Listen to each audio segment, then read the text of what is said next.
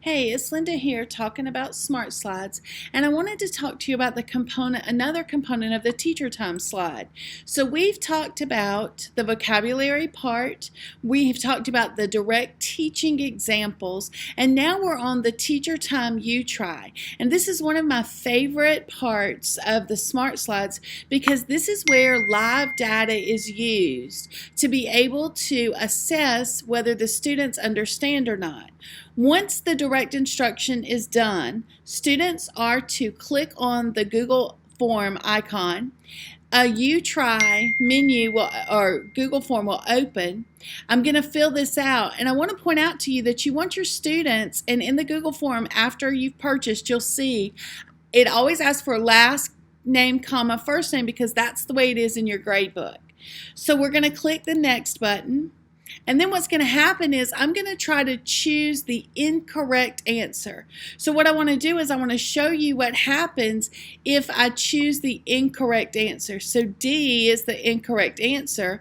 I'm going to click next, and it tells the students, I'm sorry you got it wrong, but watch this video and see if you can learn what you are confused about. So if you look at the video. So today we're going to be talking about reflections. A reflection. You'll notice that there's a little animation in the video, which means that I'm trying to make sure that my students are watching. 3, 4.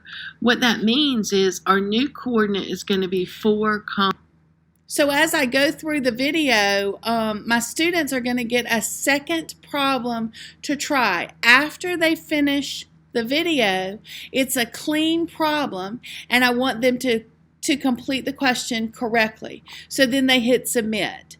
But what happens if the student actually gets the problem right? So I'm just going to click back so I can show you.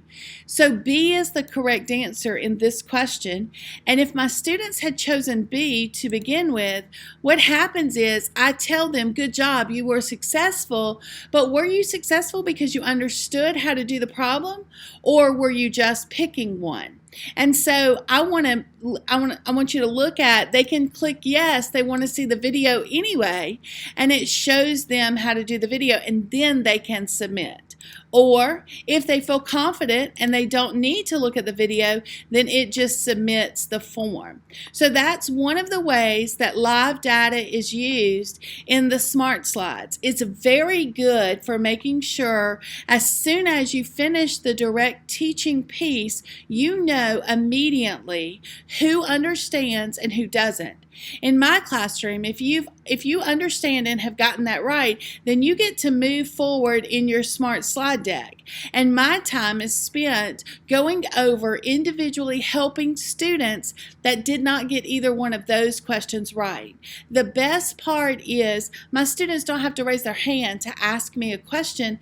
I know who needs help. So I don't ask them if they need help. I just go over and say, let me help you with this question.